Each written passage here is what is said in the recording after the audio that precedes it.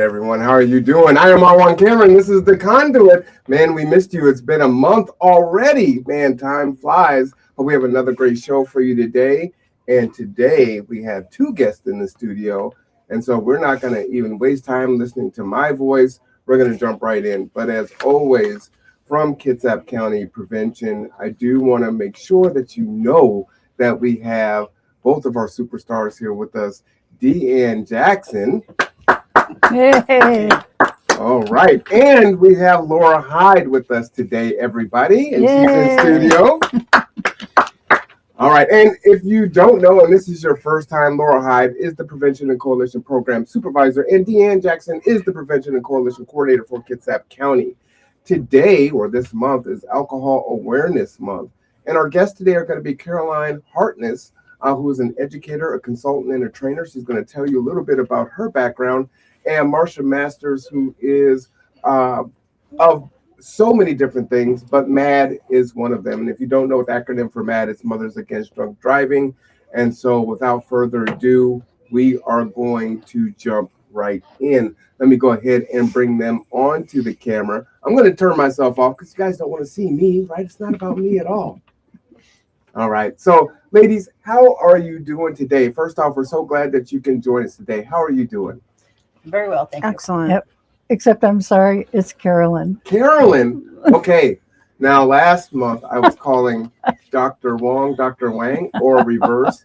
So I make those mistakes and I apologize. Please correct me in real time. So if I say Carolyn, that is Caroline.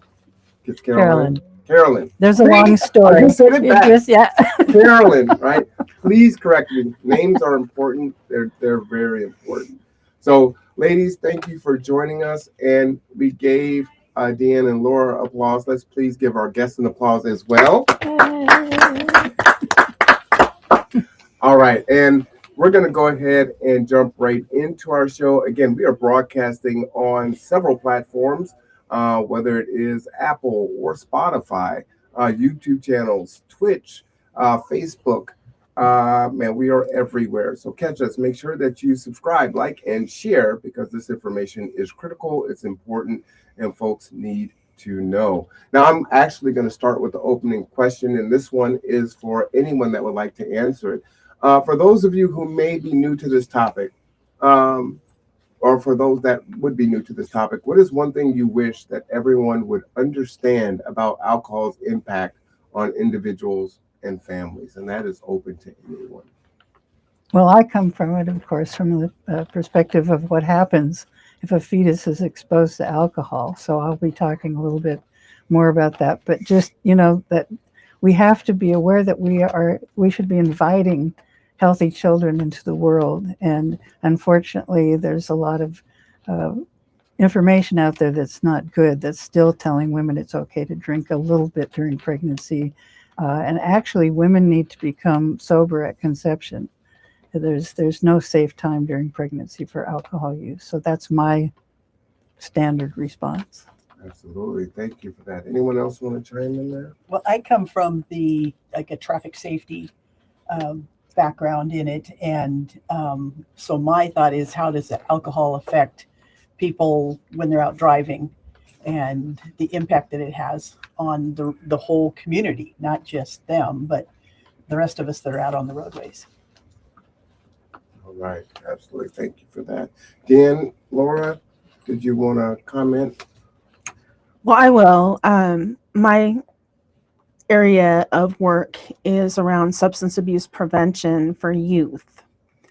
And so what we're trying to do is to keep them from using alcohol during their brain development times, which is all the way up until they turn 25.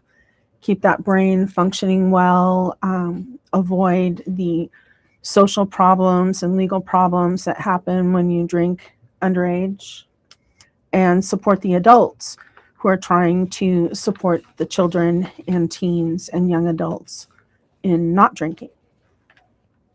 Absolutely. Thank you for that feedback. So what we're going to do now is I'm going to turn it over to you right now, Laura, and I'm going to ask you to ask Marsha 4 questions that will hit on her expertise. Excellent. Thank you. So, Marsha, what does prevention look like across different stages of life? From what I believe, alcohol affects everybody differently. Whether you're a young person, a teenager, a regular person, or an adult and an older person, it affects you differently. And the amount that you drink will affect you differently. And so we need people to understand how that affects them. Thank you. Okay, what role does education play in helping people feel confident? Well, again, we educate them, and we need to start the education at a young age so they know the true facts of things, not just what they read or what they see, that we can educate them and they can make good choices for the rest of their lives. And so how does that make them feel confident? That they know what they're doing is the right thing to do. And it's not because they believe what their buddy told them or what their friend told them or what they've seen on the internet. It's going to make them more confident. And they need to know too that when they're out and are in a situation that they have the confidence to say no. You know, they can make those better choices. It's always good to know the facts. Yes. Yeah. Yes. Thank you. So when it comes to prevention work, particularly during Alcohol Awareness Month, what does a truly effective partnership look like? And what separates the collaborations that create real community change from the ones that just look good on paper? I think we need to work with many groups, not just one. You know, you can't just stick with MAD and expect the community and the people to make the changes. You have to work with the schools, the law enforcement, the community, the health department, everything that you can reach out to. My thought is you do as many things in as many different ways to reach as many different people to help them to make those better choices. Yes, and I know our paths have crossed multiple times in different locations because I believe that as well. You try to get out there and meet the people where they're at. Mm-hmm. And offer prevention information that is relevant to them, that is fun, that is educational. Right. And I also think that when we start with our kids, to try and get them involved in as many different things also, whether it's sports, crafts, libraries, building things with their hands. We need to get the kids involved with as many different things as possible so they can find their niche. I always wonder, how do people find their niche? What are they interested in and what do they want to do? How did I know I wanted to be a teacher? How did somebody want to know they wanted to be a photographer or a newscaster? We need to help them find that niche. Excellent. Deanne, this is a prevention topic. Do you have anything you'd like to add? Yeah, one of the things that I notice is that when we find these partnerships, whoever they are, which it does apply to everybody, it doesn't matter if it's a business owner, it doesn't matter if it's a cashier at the local store, it doesn't matter if it's law enforcement, whatever. If we're working together in relevant meaning efforts to where we're collaborating, not just on paper, like the question says, but truly working together for the common goal. It doesn't do any good if we're just talking about it. So if we're kind of having the same language and the same direction that we're headed, I think it really does build the effectiveness of what we're doing. Thank you. So Marsha, how can workplaces, schools, and community groups incorporate prevention messaging in a positive way? Again, I think it's partnerships.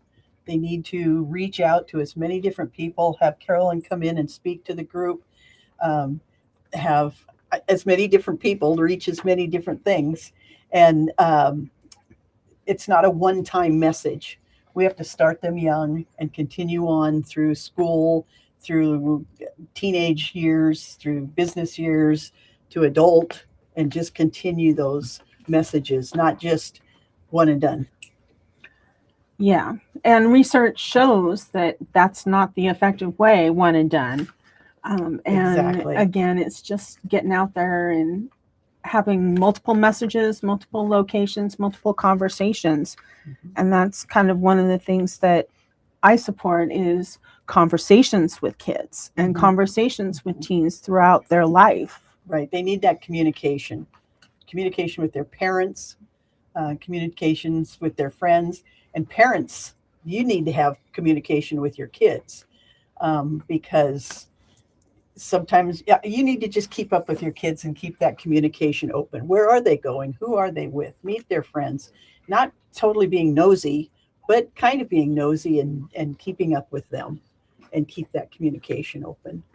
Excellent. Thank you. You mind if I ask you, are there any strategies that you can give to how folks can connect to youth, whether it's a parent or someone that is engaging with you? Oftentimes, kids hit a certain age and they can't hear what their parents have to say.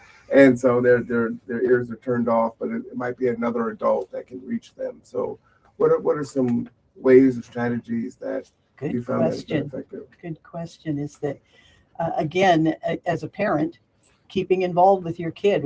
If they're playing a sport, go to their games. Don't just think that they're off someplace playing, or check in on them. Again, I don't want to be the nosy person that the helicopter mom, but sometimes you need to be. And can I just say one of the things Absolutely. I've learned in helping raise kids is asking them. I've asked, what would you do if you were me in this situation? And it's surprising that they do then start going, oh, I am responsible. There are consequences. And then we can talk about what's reasonable consequence, or if there's some issue with them that they're using alcohol and shouldn't be, or even if you're just talking about it, how do you think we should handle this? And mostly a lot of it is, how do you talk to your friends without seeming like weird? Yeah. How do you bring this up with your friends so you're not going to be put on the outside of the group because you're trying to be different? So. Reaching out to those community groups. I don't know if there's a list that people can go to, if they can come to the library, or if I don't know that answer about how they can all find that communication. So there's a website, Start Talking Now. And on that website, it's got a lot of tips, pointers, conversations. There's videos. It's a wonderful resource, but so is the internet in general, how to talk to kids about not using alcohol. Just Google it and you'll come across a bunch of great ideas. We also have the Kitsap County Substance Abuse Prevention and Youth Services page. And we have a bunch of resources there as well. Kitsap Public Health has some great resources on their website about different strategies to talk with kids as well. I'm just really looking out there and seeing some suggestions. And I think part of the heart of this question is that it's not just on the parents and it's not just on the school to handle it. It's also, the grandmother down the street who starts up a conversation with young people as they walk home from school. It's a moment in the grocery store, maybe the grocery clerk who might notice a young person is eyeing or walking out with some alcohol, or just starting a conversation if someone in front of them is buying alcohol. Mentors, coaches. And there's many people that can support and influence young people when they get their first job, the people they work with, their bosses. And just to add also with the county offers some really powerful programming. One is called Guiding Good Choices. You can consider that. And so if you have adolescent children and you're trying to figure out how to have those conversations about vaping or drug use, alcohol use, how to maintain those relationships, We as parents often can say, no, and a child will ask why, just because I said so. And that doesn't work today. So you need to explain it and talk with them. And those are their friends, right? That's who they're close to. That's who they're loyal to. And they need the language on how to say, no, I don't want to engage in that, but I still value our friendship. Whether I'm an athlete and I don't want to put those things into my body, I don't want to disappoint my parents, just things of that nature. And I didn't have that growing up. What do I say where I'm not going to be cool if I don't join in, or I'm going to lose that friendship? And peer pressure is real, right?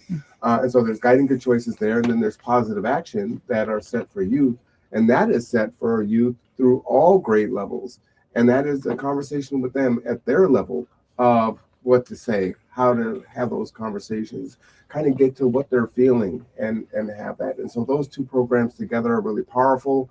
The youth can take it, the parents can take theirs, and it's just one of those resources that didn't exist before.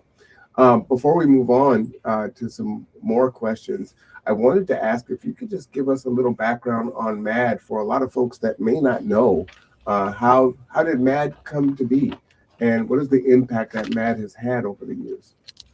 MAD started many years ago, and it started when a mom lost her daughter to an alcohol-related crash.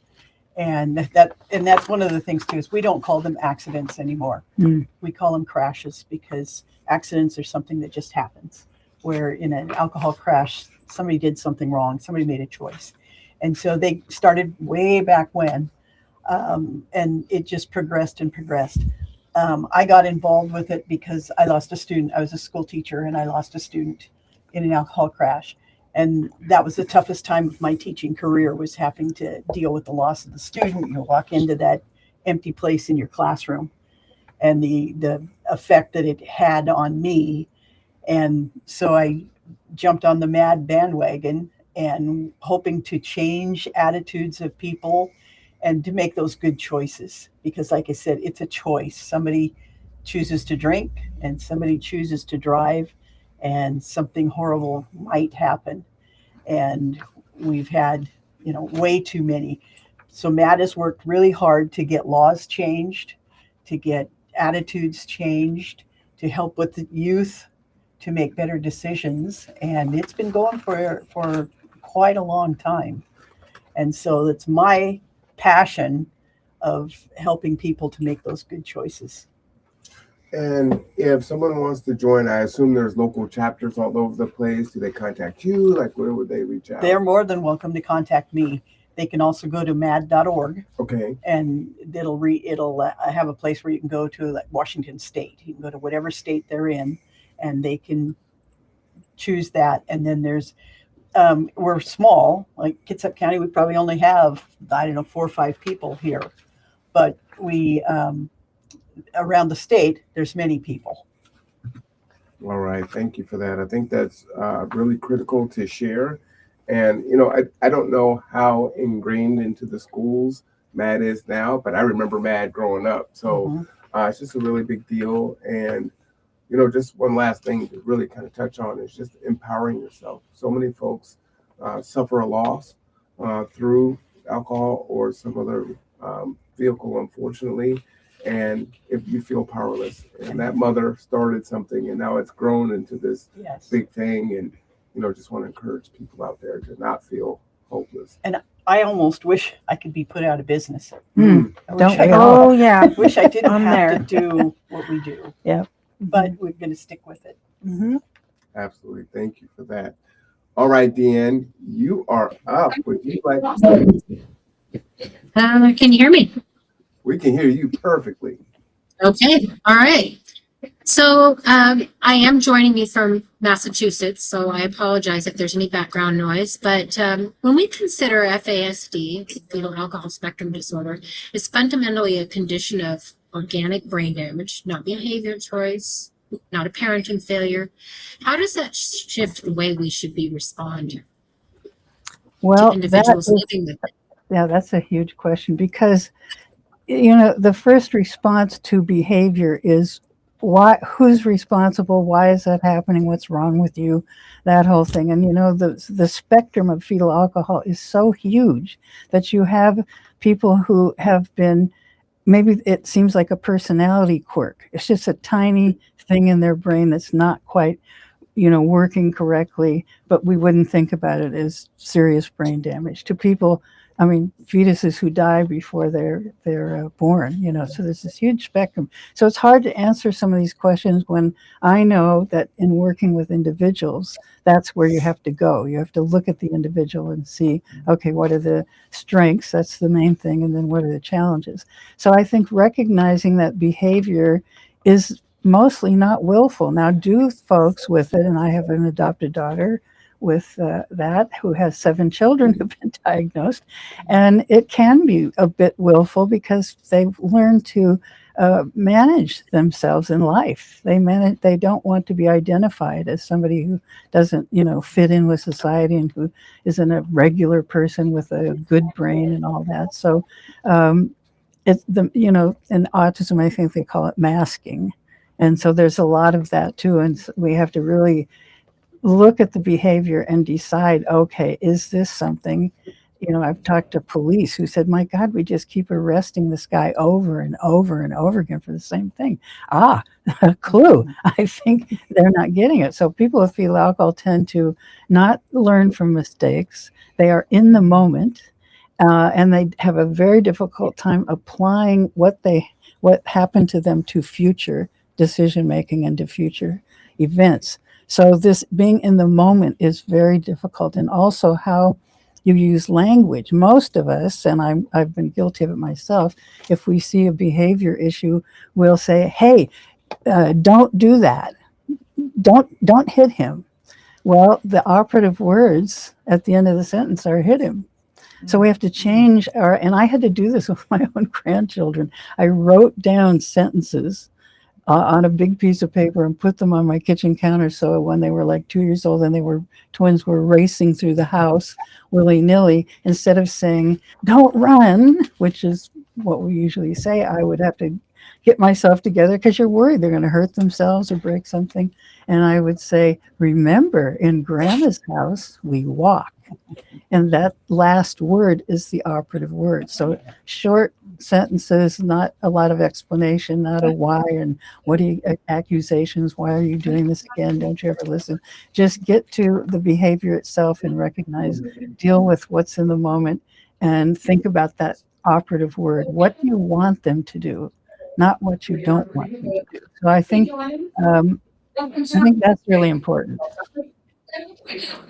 Well, what you described really reminds me of something we try to practice all the time is meeting somebody where they are. This is no different. So thank you for that. Absolutely.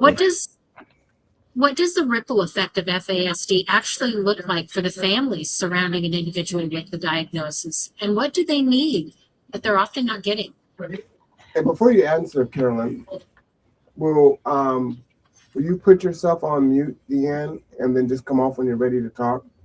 Because it is getting a little bit loud in there. Perfect. And I'll hit you up in that private chat if there's some messages. All right. So I actually wrote down some things with this because I really wanted to make sure I hit all the points. One of the things that I see is there's just an increase in caregiving demands that can lead to physical and emotional exhaustion for the parents. And it's hard enough to be a parent when you've got yourself together, when you're healthy and your mind is clear and you people respond correctly and so forth. So, and also the financial strain from just possibly all the medical bills that may come up and needing maybe even hearing aids, glasses, different kinds of therapies, counseling, or going to, put a kid in therapy with somebody who doesn't know about FAS. So of course, everything they suggest is probably not going to work and the frustration raises. Then, the need for special education, possibly. Siblings may experience feelings of neglect. I have come across that a lot. That kids who are doing really well in the family suddenly start acting out because they're not getting attention, and they're seeing that all the attention is going to the child who has more needs than they do. Families often face social stigma and isolation. I have had many families tell me nobody invites us over anymore. You know, we used to go to friends' houses for dinner or play dates, and now nobody, because they don't want us to bring the child or the kids if they've got several. And, you know, in foster care, that's an issue too. We have specially trained foster families, but what happens is we pile kids into that foster home. And really the ideal situation for a child with fetal alcohol is to be the only kid in the home. And that's just probably not going to happen. Communication challenges that lead to misunderstandings and frustrations within the family, and just access to resources and support services can be limited and complicating care strategies. And also finding, you know, somebody who can offer those services who's informed about fetal alcohol. I mean, there's tons of therapists and all kinds of services you can tap. And when I talk about this, you know, services available in Kitsap County, I came up with a list, but I looked at it and thought, oh, I've never trained any of those folks. And I wonder, do the staff in those services really understand the needs of those particular families? Anyway, so that's.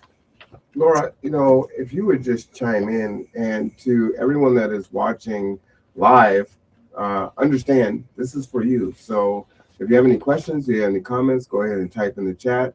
And if you watch this later, you can absolutely ask questions, and we will forward these on to either Marsha or Carolyn, Oh, yeah. or Laura or Deanne, and get you an answer when it comes time. So, you know, don't feel like you're lost and you don't know what to do. We monitor the show. We want to make sure that you get the information. But Laura, if you would, you know, just any feedback that you have on this question here. Well, I think it's really important to seek out factual information and be aware of how FASD affects people, but also how you can support kids and families that are affected by FASD, as well as other things. There's things that we can do as the mom down the street. There's things that we can do as grandma. There's things that we can do as grandpa. There's things we can do as a coach that help support the family. And it truly does take a village. We do all have to wrap a community around our kids and provide as many resources and activities as possible. I mean, just really keeping them busy is a wonderful thing, but also understanding what that child needs. Maybe it's not a team environment. Maybe it's a more small group environment, or maybe they thrive on a team. You know, every child is a little bit different, and you have to figure out how to reach them and how to support them. And it is, you try something and it may work and it may not work. And then 6 months later, when they grow a little bit more, that same strategy that worked might not work. So it's a lifelong pursuit of trying to figure out who the child is and how can you support them, what do they need. What their niche is. Yeah, and what their they niche can, what they is. can find. Yeah, I mean, there really is no cookie cutter. Like, I have twin grandsons who are affected, and they're identical twins. They are as different as day and night. They had the same amount of alcohol at the same moment. One affected physically still to this day at the age of 21, the other one doing better, you know. And so individual, that's all I'm trying to do, is emphasize that individual approach when you're trying to think of the intervention strategies or just assessing. You know, we do have the UW clinic in Seattle to do assessment. I think the year is a year's wait still, though, I think. But it's worth the wait. Oh, yeah. Yeah, to get the expert advice and the facts. And that link is on your screen right now. If you want to go ahead and take that down, I will leave that up. Let's go ahead and move on to our next question. If anyone else has no feedback. I'm having a hard time reading my question, so give me a second. All right. When FASD goes unrecognized or misunderstood in the community level, schools, courts, social services, and beyond, what is the cumulative cost to the community? What would that look like if we actually got it right? Yeah, you can actually go online, which I didn't do because I'm not sure they can really totally figure this out. But there have been guesses of the cost financially to all of us in society because of this. But like increased healthcare costs due to lifelong medical and psychological needs. This is not curable. This is lifelong. One of the things I want to make sure that people understand is if something works, don't stop doing it. And I've had people say, oh, I did what you said and it was great, but now it's not working. I said, well, wait a minute. Are you still saying this, this, and this? Well, no. Every day is a new day. There's higher rates of special education services required in schools for these families, increased demand for social services and support programs, greater involvement in the criminal justice system due to behavioral challenges, strain on families and caregivers leading to potential mental emotional health issues, economic impact for reduced workforce participation. I mean, we're losing people that could be participating in the workforce and adding to the wealth of the community. People with fetal alcohol are less likely to be perceived as contributing members of the society and they're looked at as burdens and not assets. And that's a big loss, that's a big loss. And when I work a lot in treatment center in Olalla, and I tell people, when you come here, you're not just coming here to give up drugs and alcohol, you're coming here to be healed. Healed people don't end up here. And when you are pulled out of the circle of life by alcohol and drugs, you think the circle closes, but it doesn't. Your place is still there, and it just drains the energy of the group. Even if we don't know who those individuals are, we as a community, family, and individuals as well feel that drain because we've lost the input of that particular community member, the potential that was there. And they have a lot to contribute. And unless we really try to figure out what that is, that's a loss too. They're not a loss. It's how we are perceiving them that makes them lose out or not, So it sounds like we need to kind of shift how we think. No, not kind of. That is the directive. You must think differently. And the other thing that I'm hearing is that because somebody has used drugs or alcohol, it doesn't mean that they don't have the ability to give to the community, to give to their family, that they're still worth something. Well, thank you for saying that, because I just came from the 10th Annual International Fetal Alcohol Conference in Seattle, and it opened up with a panel of 5 people with fetal alcohol. And it was the most impactful thing of the conference. And I had very well-known, internationally well-known researchers talking to me and saying, I wish every researcher in FAS had come here. And I just wonder sometimes if they've ever really talked to anybody with fetal alcohol. And it was just this spectrum of life choices, a spectrum of abilities. They all had so much to offer. I mean, we were all almost in tears the entire time because they're so wise. They're so wise. It's not about IQ. They're very wise people, So yeah, thank you for bringing that up. All right, Deanne, you want to jump back in there? Yeah, I am. And thank you for all that. It touches my heart. It's something that we really need to be discussing, and I'm so glad we're doing it today. But as we wrap up, what are the 1 or 2 things you most want our listeners to walk away with today? Whether they're a parent, a provider, someone hearing about FASD for the first time, what would you want them to know? Well, I think I've already said one of them. There's no safe amount of alcohol. I don't care what your doctor tells you, your best friend, your mom, your grandma, whatever. There's no safe amount.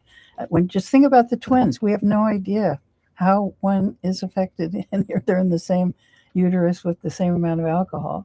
Early intervention is the key to success. The sooner that you figure this out, the better off that they're going to be. The difference between kids who, like my adopted daughter, really, I didn't impact her. I met her at 13, but at 21, I really became part of her life, compared to my colleague's daughter, who she got it as a baby, who's more impacted than my daughter, but is more successful. What else? It's not, again, curable, but it's manageable. It is manageable, but it takes consistency, repetition. And again, if it works, don't stop.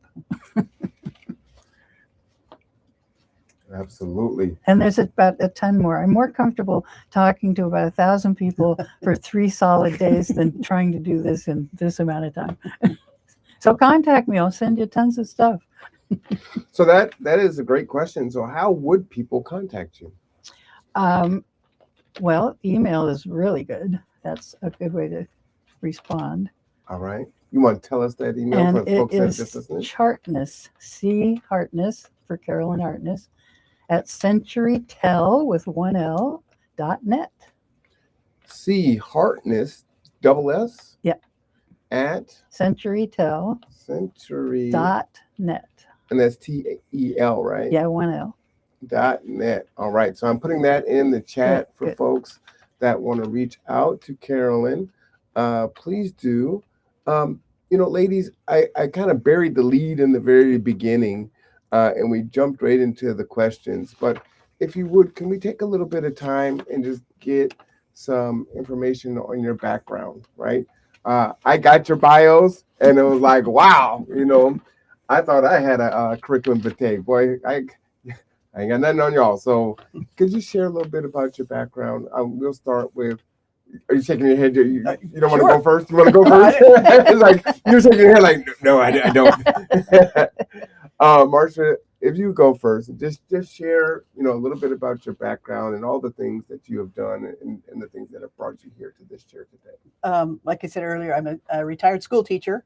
I taught in the CK school district for many years. And like I said, I had a student that was killed in an alcohol-related crash. And so I didn't want that to happen to any other student that goes through our school, any other family. And so joined MAD a long time ago. I finally retired in 2004. And then in 2010, I got bored. And the job came open at the sheriff's office to be their traffic safety task force manager. And so I got to work with all the law enforcement agencies in Kitsap County, all the other groups of people, schools, the military, and trying to make that impact on people. And then I retired from the sheriff's office last July. And so now I'm just strictly doing my MAD stuff. And a lot of my stuff now is following cases that are happening in the court system and I help to advocate for victims and walk them through the process because they get thrown into a situation that they never in a million years imagined they'd be in. And so I can help them, go through the court process and give them resources of what can help them. If you don't mind, let me ask you a question. And any question that is asked, if you don't have the answer, just feel free to say, I'll get some more information on that. But I watch the news and I see that our court system is trying to do things to really kind of help the person. But at the same time, I'm watching the news and I'm seeing folks that are getting DUIs over and over and over again. And it's like, why does it seem like they're getting so many chances to get back behind the wheel without real consequences? Where does MAD stand on that? Is that something that you're trying to work for, or is there a reason why we're giving all these chances? I'm just kind of confused on that. If we knew the reason, we'd probably be rich. Gotcha. Okay. But yes, and we see that too. And like I said, we go to court. We don't try to make the impact with the judges or them, but we work very closely with prosecutors to help them to find a solution for that. And when I talked earlier about reaching out to people to find as many things in as many different ways, some people, they'll learn it by listening to somebody speak, or they'll see a poster, or they'll see an assembly at a school. Some of them it'll take getting an arrest. Some of them it'll take many arrests and they still don't get it. Some of them it'll take being in a collision. Some of them, they get in a collision and kill somebody and maybe they'll wake up. But it all goes back to, the choices and yeah, we need to, my personal opinion is we need to, process it more, get the penalties raised so people might have a deterrent not to do it. And it destroys so many lives. I had a cousin who's very close in my age, and he and his best friend went drinking, and they got into an accident, and he killed his best friend. Crashed and killed his best friend. Yeah. And not only did he lose his friend and destroy that family, but he was never the same. Right. Yeah. Never goes away. Yeah, it never goes away. We have another question in the chat, but we have a thanks. And this is from Deborah Guerrero, 5833. Thank you to the panel of experts on FASD, and highest praises to Carolyn Hartness, who has made an incredible difference in every She's life. my friend. Her phenomenal life has Debbie. has touched. Phenomenal life has touches. Thank you all. Absolutely. And she is she's a retired social worker, tireless in Indian child welfare work. Thank you, Debbie. Appreciate that. We've got another comment.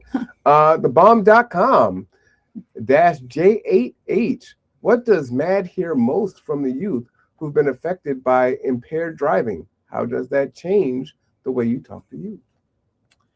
Again, it goes back to the choices, making that choice, getting them the true facts of what's going to happen. Their minds aren't developed, until they're, I don't know, they're saying 22, 25 now. And so to try and get the kids to understand what's going on and the impact of their choices, because again, it's a lifetime effect. All right, we have another question in. MAD is pushing hard for the halt drunk driving law, which would require anti-drunk driving technology in every new vehicle. How soon could that realistically change the numbers we see on the road? I think it's a few years down the road before we're ever going to get to that, but I totally agree. And we also this year, we tried to lower the BAC level of driving from a 0.08 down to a 0.05. Oh, wow. And we were close, very, Okay. very close to getting that passed. But, we just I think we need to just have more deterrence. When you think that, oh my gosh, because the law now says if you get a DUI, you pay a $5,000 fine and you spend a year in jail. Well, that never happens. Mm-hmm. Never happens. But if you knew that was going to happen, maybe that would start people to thinking. Absolutely. Now, I may have antiquated information, but back when I was a young adult and in school, it was 0.08. It was like one drink per hour, and then you should be okay. So at 0.05, what does that look like? Is that a half a drink? Is it an hour? Is there Depends on your size, depends on the drink that you have. But it burns off at about, 1.5 per hour. So, and a small person is going to be affected much sooner than a larger person. So is there kind of a general thing that folks can follow? Because I'm sure that the majority of people are feeling like, look, I'm at Applebee's or I'm somewhere else, and I'm having a drink with dinner. I'm being responsible. I'm only going to have one. I'm sitting here and I'm chatting, and we're going to be here for an hour and a half or 2 hours. But maybe there's a call and an hour in, and I hop out and I get in the car. Am I good? I don't know. What should I do? My first thought is, if you're going to drive, don't drink. Mm. And if you're going to drink, don't drive. Or if you're going to drink, get a designated driver. Get somebody that's sober. Nowadays, when you go out, there's always somebody that doesn't drink. Gotcha. And so they could be your designated driver. So it's about choices. I understand. Oh, go ahead, please. Well, I was going to say that, and maybe, if you have to hop out and you're feeling the effects of the alcohol, call an Uber. Mm-hmm. Someone will take you back to get your car at another time. You have to be responsible and make that decision not to get behind the wheel. And I think really making the consequences stick, it's going to be a $5,000 fine and you're in jail and that's it. No ifs, ands, or buts would really go a long way to having folks really think about that. Like if I am going to, let's say we all met together for lunch and we're all going to drive and we're going to go our separate ways after, and you're going to have a drink, you're going to have one and you're going to sit there 2 hours after you take that last sip, or the consequences are going to be dire for you, right? And really kind of getting that through to the minds of folks where, hey, I mean, I drink one beer, I have a glass of wine, or I have a shot of something. I'm good. I don't feel anything. And it's like, you may not feel it, but you are impacted by it. And if there is no quarter on that law, then you're just not going to take that chance. Well, you hear people too that they say, "Oh, I've had a hard week, Mm. Friday night, let's all go out and have a drink." And so, I'm doing it. I want to go out. I want to relax. When you have that drink, you're starting to relax, so that is having an effect on you. And I'm just wondering about the reality of bringing people to court and sentencing them to that year. I don't think we have the resources No, to manage that. The Kitsap County Jail, it's already crowded. So I don't even think we can do that. And that may be why people don't end up in court. There may be an police, I'm not saying it, but it may be that people are actually thinking, I'm going to have to let this guy go a few times. And if it gets more serious, maybe have to take him in. I don't know. I don't know how they're thinking, but it just seems like we don't have room. You know what? And that's what's great about what Matt is doing as far as, coming up with the technology for the anti-drunk driving piece of it, because it kind of takes it out of the hands of the person. And if your car's not going to start, then, that really helps. I know it may feel evasive to a lot of folks that are like, you're intruding on my freedoms. But again, you shouldn't drink and drive. So how much of an intrusion is it if that is really what it is, right? But I mean, maybe they could be sentenced to some sort of programming. Well, they have electronic home monitoring. Could be sentenced, because they have to pay for that. They have to pay for that. If they put the ignition interlock them in, if they're required to put the ignition interlock, that costs them to put that in. And I've seen that happen, and it's expensive. And I've seen that happen quite a bit. Right. But to your point, Carolyn, the jails would fill up overnight, right? And so instead of doing that, which is a scourge and a drag on local communities, right? We can't afford it to do that by having those vehicles outfitted that way. And you can retrofit it as well and give someone a rebate or something to come in, an incentive. You're going to save lives, which are going to drop down overall cost, right? And what is the cost of a life at the end of the day? And then there's education and prevention. Absolutely. So if we get the word out there that, hey, if you have a drink, plan ahead, don't drive, get someone to drive you. There's think ahead. But then also keep in mind, there are effects of alcohol. There are effects of just one drink. And that's something that we don't think about. I have a hard time drinking. I can't really drink well. My body doesn't metabolize the alcohol well. So if I have one drink, I can't do anything right for hours and hours. So again, if I'm behind the wheel, I am not driving. And just if I have to make an important decision, I'm behind the wheel, I'm not drinking. But if I have to make an important decision, I can't drink. And then I always think about, my kids, my family. What if I get that call and I have to go somewhere and I have to make a decision? Again, a personal choice. I just really can't drink. My body doesn't do it well. And I don't want to hurt anybody. And I want to be available to my family if they need me. And so the more that we say those things, it's like to people, oh yeah, having 6 beers at home, I am no longer available to help anybody. is something to think about. Just being at home doesn't mean you're not going to have to interact with the community. What if there's a fire? I don't know. There's all those things that go through your head, and it's helpful if someone points those out when you're young and at a critical times, and when you're middle-aged, when you're old. Just keep that in mind. And then also women of childbearing age. You know, if you're childbearing age, you need to be thinking really hard about whether you're drinking, if you're doing something that you might create a child. So I know that's a hard thing to say to some people at times, but think about the implications. And in MAD does a lot of, victim stories. They share those stories with people so that it'll make that impact. And like I said, some people think, not me, but hopefully those stories, those victim impact panels, we take them out to the schools or the military, that it makes an impact on them, makes them think. So I don't want to forget, Carolyn, you have such an amazing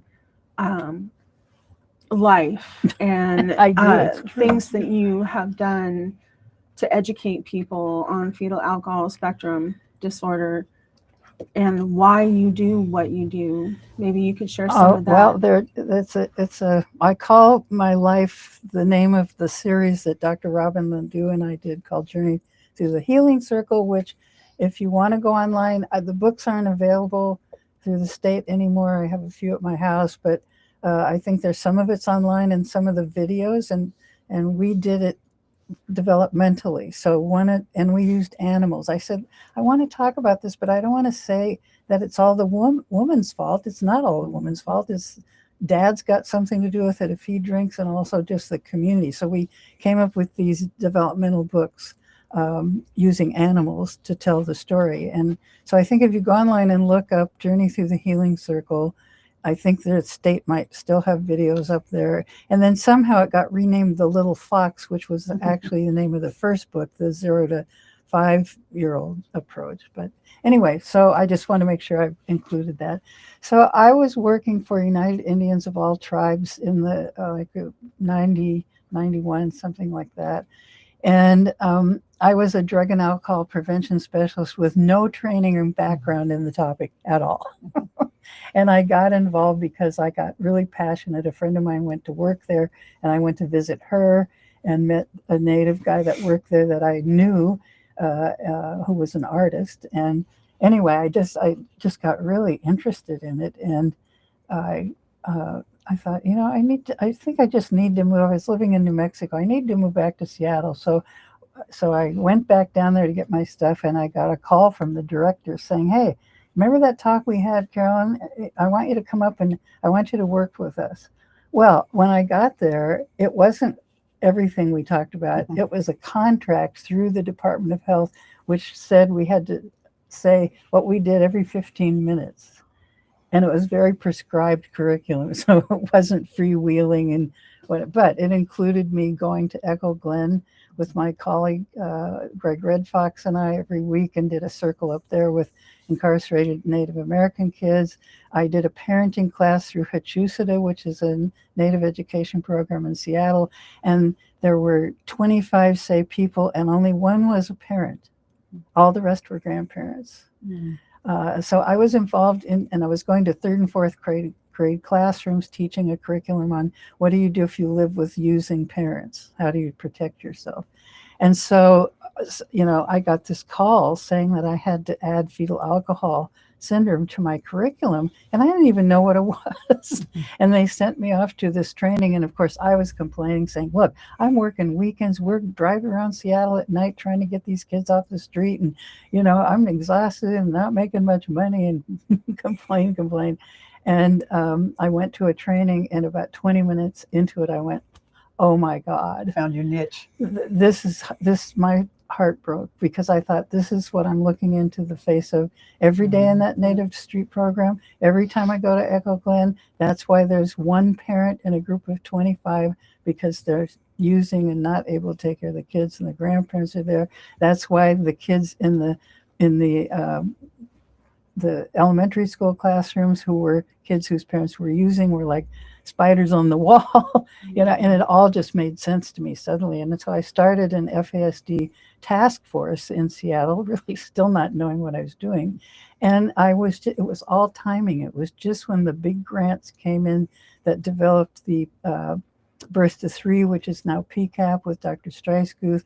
Dr. Claren got to open the FAS clinic, and the health department got a grant from the CDC to educate people, to form a task force and educate people. And they called me and said, would like to come and apply for one of these 2 jobs? Well, I had already formed the task force, so I didn't want to do that. And I didn't, I like teaching. And they said, well, it'll be less money and you'll have a supervisor. But so I took that job. And so I worked 4 years past the grant. So I was there for 9 years. And then in 2002, I realized, I had been asked to come and speak in New Zealand and all over Canada and the United States and even in Europe.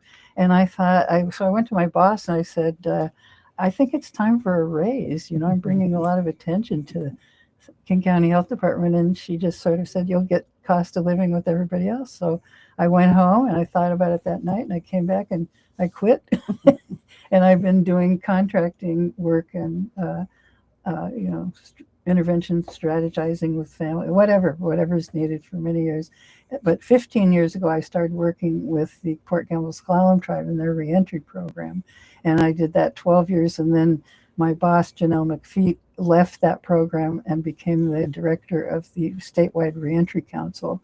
And I contract with her and the department. And the 2 of us go to all the prisons in the state of Washington and many jails. We've been doing that for 3 years. And because I told them when they started reentry at Port Gamble, I said, if you don't include somebody talking about FAS and you're talking about reentry, it's not going to work well, because a lot of these people who have fetal alcohol end up incarcerated. And if you set them up for failure with a program that's going to demand too much of them, or in a way that they won't be able to be successful, or you don't have enough coaches and mentors, it's not going to work that well. So I'm impressed with the tribe. I'm impressed with the state that they saw the value in that and are willing to include what I know in talking to people about reentry, because it looks very different for somebody who has cognitive issues. They may come out just raring to go, and I'm going to be good, and I'm not going to do this again. I'm not going to go there anymore. And yet, I've had a guy not make it into the parking lot from the Kitsap County Jail without getting involved with some people again. So the need to have mentors and people there. And Port Gamble had success coaches, and they would go and meet them at the door. I went into the jail, found people that were interested, and then they would meet them at the door, take them, go get your driver's license. Well, the first thing I want to do is get my car. And I go, well, do you have a driver's license? No. Well, let's go get that. I said, but what do you owe? $2,000. Oh, maybe you should get a job first. So setting priorities and helping them, goal setting, supporting the community again. Yeah. And so I've just been doing a lot of work in Australia. I've been there many times, working with Indigenous communities there, a lot of the national health programs there, and I just have an incredible life, and I feel like a proud apostle for these folks with fetal alcohol that really need, and especially like in Indian country, I realized I had to say to myself, how did we get here? And historical trauma had a lot to do with why Native people drink. Well, I think all of that is super important, but I know that we're coming to the end. Yeah. And I could listen to you for hours, but we do need to close out so our viewership can head on to what they are doing. So I'll turn it over to Marwan. I appreciate that. And so we do have one final question that we just want to have everyone answer if they can. We'll see if Deanne's microphone is working. This is our closing question. What we're going to do is, and we're going to go ahead and say goodbye to Deanne. She needs to go. She is on the East Coast. Deanne, if you want to just come and say goodbye to us, we appreciate you, your diligence. One, you're tuning in. You are 3 hours away, about 3,000 miles away, and you're tireless. And it's people like you and everyone in the room that make a difference, right? And that's really what it takes. So we appreciate you. Just give us your signing off, if you would. Thank you. I hope to see you all soon. All Us right. too. Bye, hon. Take care. Be safe. Have fun. Thank you. Thank you. Bye-bye. All right. That is dedication there, right? Yeah. And you had no idea what she had to go through to make all of that work so she could tune in and participate. And she made it look like she was sitting right next to us, which is fantastic. So our last question, if every person listening today could take just one small action to support alcohol awareness and prevention in their family or community, what would that action be, and why does it matter? And that's for everybody. I say communication. Communication. Communication. Okay. Yeah. With their kids, with their families, with their work. Communicate with them. And what I want to see this county do is form a coalition. And I'm not going to be in charge of it. Might not even be in it. I want people to come together because this is, my colleague Susie Kirshner in Oregon, who's an incredible advocate and teacher, she talks about the collaborative circle of care. That's the only thing that's going to work with fetal alcohol. We have to come together and figure this out together and not put so much stress on families and blame and shame. But we all have to come together. So that's the main thing I want to see. I want to see a coalition that people really understand. This is costing us a lot financially, emotionally, spiritually, physically. And the cure is we come together and help each other. 20% of pregnant women, when told about this, will continue drinking. Those 20% need to go to treatment. Wow. They have a disease, and we can't shame and blame them. We need to help them. So my answer involves both of their answers. So communication, working together, and education. And learn about the facts about how fetal alcohol syndrome happens, about what you can do to support people and the community, and also taking a step back to just alcohol awareness is be aware of how alcohol affects you and what are the effects that might happen, and then again, continue to talk with kids, teenagers, young adults, conversation. All right. Well, if we can just give applause again to our guests. Thank you so much for joining us. This has been a very powerful hour, very helpful. Their information is in the chat on how to contact them and get involved. That's how we're going to make the change, is all of us together. What we're going to do now is just kind of jump into our updates on our next show and anything else coming up. Okay. So for May, for our next podcast, we have Brittany Arbo with Charlie Health, and it is Children Mental Health Awareness Month, and that is going to be our topic. We have Saturday is National Medicine Take Back Day. And so get those drugs out of your house, the old things that are sitting in the cupboard, get them on out. If you need to find out where you can get rid of them, go to the internet and go Med Take Back near me. And in September, we're going to have a big event educating the community and supporting around fetal alcohol spectrum disorder. That's on September 9th. Also, right now, there's a community survey where we really need your input on what is going on in our community as far as children and youth and drugs and alcohol.